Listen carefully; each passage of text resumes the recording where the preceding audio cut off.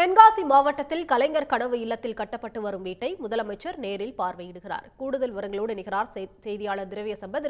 வணக்கம். மொத்தம் எத்தனை வீடுகள் அங்கு கட்டப்பட்டு வருகிறது? வீடுகள் அதற்கு உரியவர்களிடம் எப்போது ஒப்படைக்கப்படும்? இது குறித்த விவரங்கள் என்ன?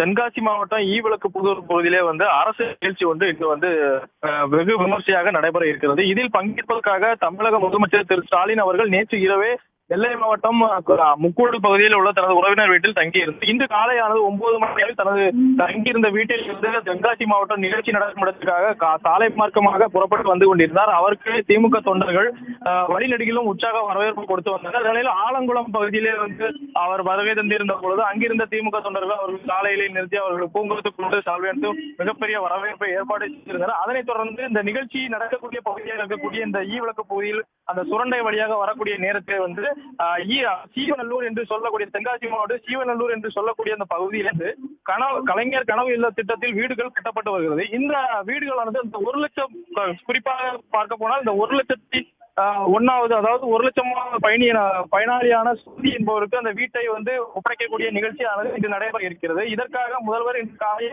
இந்த நிகழ்ச்சி வருவதற்கு முன்பாகவே அந்த சீவநல்லூர் என்ற பகுதியில் சொல்லக்கூடிய அந்த சுமதி என்பவர் வீட்டிற்கு சென்று நேரடியாக அந்த திட்டத்தில் தரமானதாக வீடுகள் கட்டப்பட்டிருக்கிறதா, மற்றும் பொதுமக்களுக்கு ஏதாவது இருக்கிறதா என்பதை குறித்தும் கேட்டறிந்து வருகிறார். தற்பொழுது இன்னும் சிறிது நேரத்தில் அங்கிருந்து புறப்பட்டு இந்த தென்காசி மாவட்ட ஈவன் பகுதிக்கு அந்த மாபெரும் நிகழ்ச்சி நடக்கக்கூடிய அந்த அரங்கத்திற்கு முதல்வர் அவர்கள் வருகை தர இருக்கின்றார்கள். இந்த நிகழ்ச்சியிலே குறிப்பாக பார்த்தோம் என்றால் 141 கோடி மதிப்பிலான 11 முடிவுற்ற பணிகளை தமிழக முதலமைச்சர் அவர்கள் திறந்து வைக்க இருக்கின்றார்கள். அதனைத் தொடர்ந்து 209 கோடி மதிப்பிலான புதிய திட்டங்களை அடிக்கல் நாட்டி தொடர்ந்து இருக்கின்றார். 587 கோடி 37 லட்சம் மதிப்பிலான நலத்திட்ட உதவிகளை மொத்தமாக 2,44,000 பயணிகளுக்கு முதல்வர் அவர்கள் இன்று வழங்குகின்றார்கள்.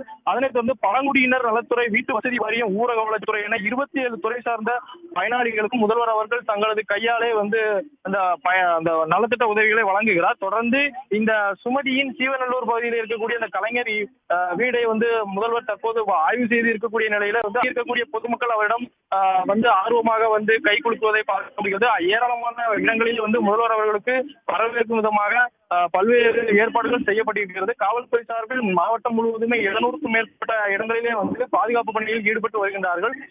இப்பொழுது இந்த நிகழ்ச்சியான நடைபெறக்கூடிய இருக்கக்கூடிய இந்த மாபெரும் அரங்கத்திலே 25,000 பேருக்கும் மேலான மக்கள் இங்கு குவிந்திருக்கிறார்கள். இந்த முதல்வரை காண்பதற்காக காத்திருக்கின்றார்கள். தொடர்ந்து இதனைத் தொடர்ந்து அரசு சார்பில் பல்வேறு அவர்களுக்கு அந்த இருக்கையிலே பல ஏற்பாடுகள் செய்யப்பட்டிருக்கிறது. குறிப்பாக நீர், குடித்தண்ணீர், உணவு உள்ளிட்ட பல்வேறு வசதிகளும் செய்யப்பட்டிருக்கிறது. இதனால் பயனாளிகள் எந்த விதமான பிரச்சனையும் இன்றி முதல்வராக இருந்து கொண்டிருக்கிறார்கள். இன்னும் சிறிது நேரத்தில் இந்த நிகழ்ச்சி அரசு நிகழ்ச்சியான தொடங்கப்பட இருக்கிறது. இன்னும் மக்கள் சாலை சாலையாக இங்கே வந்து கொண்டிருப்பதை பார்க்க முடிகிறது.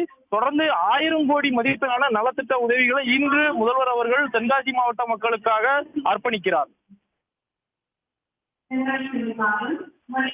விவரங்களுக்கு நன்றி திரவிய சம்பத். உடனுக்குடன் செய்திகளை தெரிந்து கொள்ள சன் நியூஸ் பெல் ஐகானை கிளிக் பண்ணுங்க.